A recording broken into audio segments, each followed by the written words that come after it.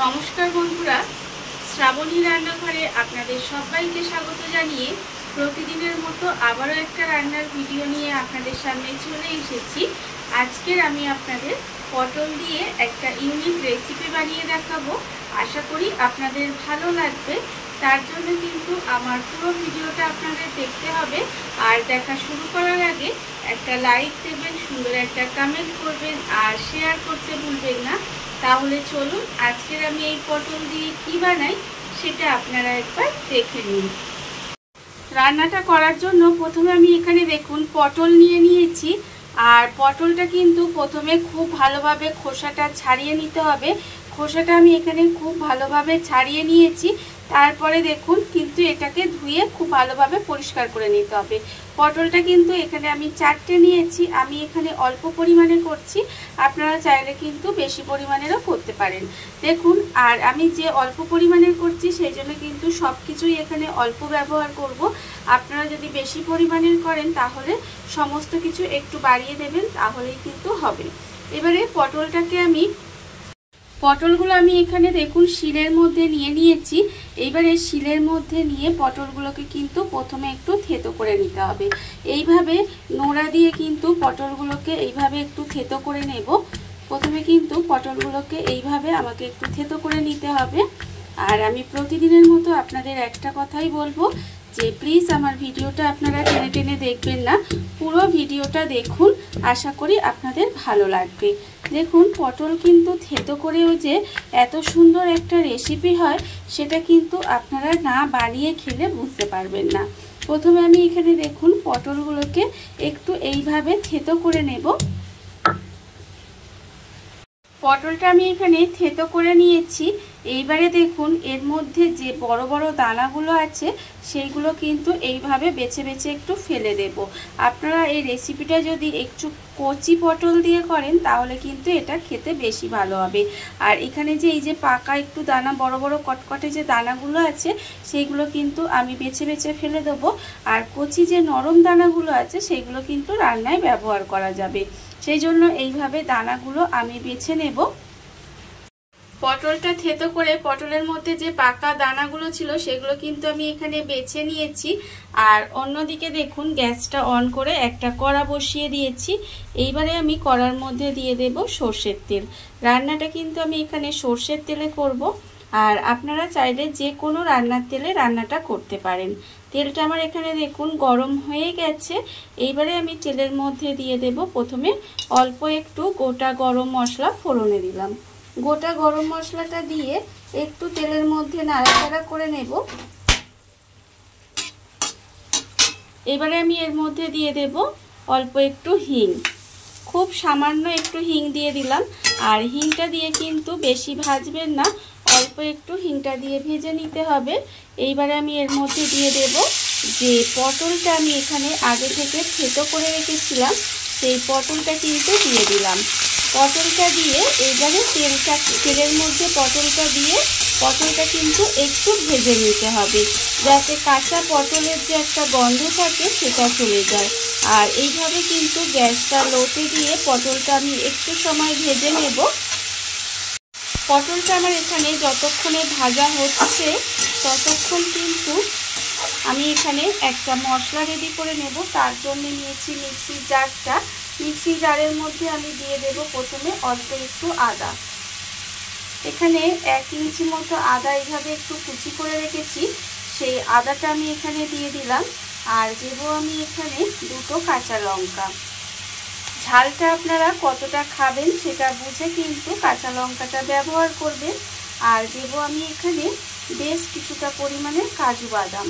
এই ধরুন এখানে আমার ভাঙা কাজু আছে, এখানে ধরুন প্রায় 7-8টার মতো, কি আর একটু বেশি হবে, আমি এখানে কাজু বাদাম দিলাম।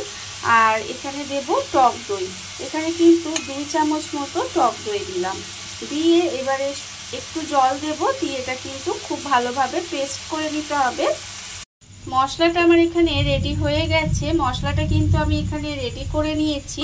আর অন্যদিকে এদিকে দেখুন পটলটাও কিন্তু এখানে ভাজা হয়ে গেছে।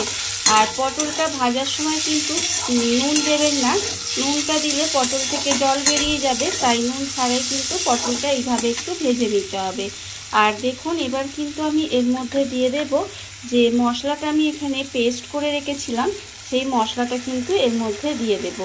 রান্নাটা কিন্তু ভীষণই সহজ আর ভীষণ তাড়াতাড়ি রান্নাটা হয়ে যায়, আর খেতেও কিন্তু অসম্ভব সুন্দর হয়। এইভাবে আপনারাও কিন্তু একদিন হলেও বাড়িতে বানিয়ে দেখতে পারেন। আর দেখুন পটলটা কিন্তু খুব ভালোভাবে ভেজে নেবেন, না হলে কিন্তু খেতে ভালো লাগবে না। সেই জন্য এভাবে পটলটা ভালো করে ভেজে নিতে হবে। আর মশলার পেস্টটা দিয়ে এবার একটু কষিয়ে নেব। মশলাটা এইভাবে পটলের সঙ্গে দিয়েই কিন্তু একটু খুব ভালোভাবে কষিয়ে নিতে হবে। আর এই সময় কিন্তু গ্যাসটাকে একটু লোতে দিয়ে দেব, দিয়ে এইভাবে মশলাটা একটু সময় কষিয়ে নেব। মশলা আমার এখানে খুব ভালোভাবে কষানো হয়ে গেছে, আমি কিন্তু এখানে ভালোভাবে কষিয়ে নিয়েছি। আর একটা দিকে লক্ষ্য রাখবেন যেন তলায় লেগে না যায়, তার কারণ কাজু বাদাম দেওয়া আছে। এবার আমি এর মধ্যে দিয়ে দেব স্বাদ অনুযায়ী নুন, চিনি আর হাফ চামচ মতো কাশ্মীরি লঙ্কার গুঁড়ো। কাশ্মীরি লঙ্কার গুঁড়ো দিয়ে দিলাম, দিয়ে এবার অল্প সামান্য একটু জল দিয়ে দেব, যাতে মশলাটা পুড়ে না যায়। মশলা পুড়ে গেলে কিন্তু রান্নাটার স্বাদ ভালো হবে না, তাই আমি এখানে অল্প একটু জল দিয়ে দিলাম। দিয়ে এবারে মশলাটাকে আরেকটু সময় খুব ভালোভাবে কষিয়ে নেব। যতক্ষণ না পর্যন্ত তেলটা ছেড়ে দেয় ততক্ষণ পর্যন্ত কিন্তু এইভাবে মশলাটা একটু কষিয়ে নিতে হবে। মশলা আমার এখানে ভালোভাবে কষানো হয়ে গেছে, মশলা থেকে কিন্তু তেলও ছেড়ে দিয়েছে। যখন এইভাবে কষানো হয়ে যাবে তখন কিন্তু এর মধ্যে আমি খুব বেশি জল দেব না, এইভাবে অল্প সামান্য একটু জল দেব। তার কারণ পটল কিন্তু আমার এখানে ভাজাই আছে, শুধুমাত্র মশলাটা যেহেতু দিয়েছি সেই জন্য একটু রান্না করার জন্য অল্প একটু সামান্য জল দিয়ে দিলাম। দিয়ে এইভাবে কিন্তু একটু সময় রান্না করতে দিতে হবে। দেখুন আমি খুব ভালোভাবে মিশিয়ে নিলাম, মিশিয়ে নিয়ে কিন্তু এইভাবে একটু সময় রান্না করে নিতে হবে। আর এই রান্নাটা কিন্তু আপনারা ভাত দিয়ে খেতে পারেন বা রুটি পরোটার সাথেও খেতে পারেন, খেতে কিন্তু ভীষণ ভালো লাগে। দেখুন আমি কিন্তু এইভাবে একটু সময় আরেকটু রান্না করে নেব। গ্যাসটা লোতে দিয়ে আমি একটু সময় এইভাবে রান্না করে নিয়েছি। দেখুন রান্না কিন্তু আমার এখানে প্রায় হয়ে এসেছে। আর এইভাবে গ্যাসটা লোতে দিয়েই কিন্তু রান্না করবেন। আমি বারবার বলছি কাজু বাদাম দেওয়া আছে, তলায় কিন্তু লেগে যেতে পারে, আর তলায় যদি লেগে যায় তাহলে কিন্তু রান্নার স্বাদ ভালো হবে না। দেখুন রান্না আমার এখানে একেবারে রেডি হয়ে গেছে। এইবারে আমি নামানোর আগে আর কিন্তু এর মধ্যে কোনো গরম মশলা দেব না, যেহেতু আমি গোটা গরম মশলা ফোড়নে দিয়েছিলাম, সেই জন্য আমি এখানে আর গুঁড়ো গরম মশলা দিলাম না। আমি শুধু নামানোর আগে এর মধ্যে দিয়ে দেব অল্প সামান্য একটু কাসুরি মেথি, আগে থেকে গুঁড়ো করে রেখেছি, সেই কাসুরি মেথির গুঁড়োটা দিয়ে দিলাম। দিয়ে এইভাবে একটু মিশিয়ে দেব। মিশিয়ে দিলেই কিন্তু রান্না আমার একেবারে রেডি হয়ে গেছে। পটল থাকতে থাকতে এইভাবে কিন্তু আপনারাও একদিন হলেও রান্নাটা করে দেখতে পারেন, আশা করি আপনাদেরও ভালো লাগবে। রান্না আমার রেডি হয়ে গেছে।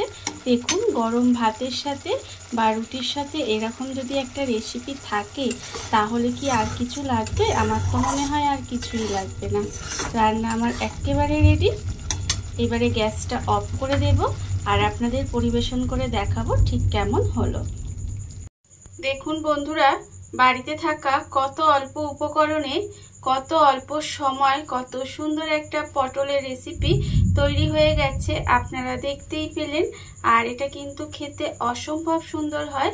এইভাবে কিন্তু আপনারাও একদিন হলেও বাড়িতে বানিয়ে দেখতে পারেন। আর এই ভিডিওটা যদি আপনাদের ভালো লেগে থাকে, আপনারা যদি ফেসবুক থেকে দেখে থাকেন পেজটি ফলো করে দেওয়ার অনুরোধ রইল। আর যদি ইউটিউব থেকে দেখে থাকেন চ্যানেলটি সাবস্ক্রাইব করে নেওয়ার অনুরোধ রইল। তাহলে চলুন ভিডিওটা আমি এখানেই শেষ করছি। আপনারা সবাই ভালো থাকবেন, সুস্থ থাকবেন। আবারও হাজির হব নতুন কোনো রান্না নিয়ে।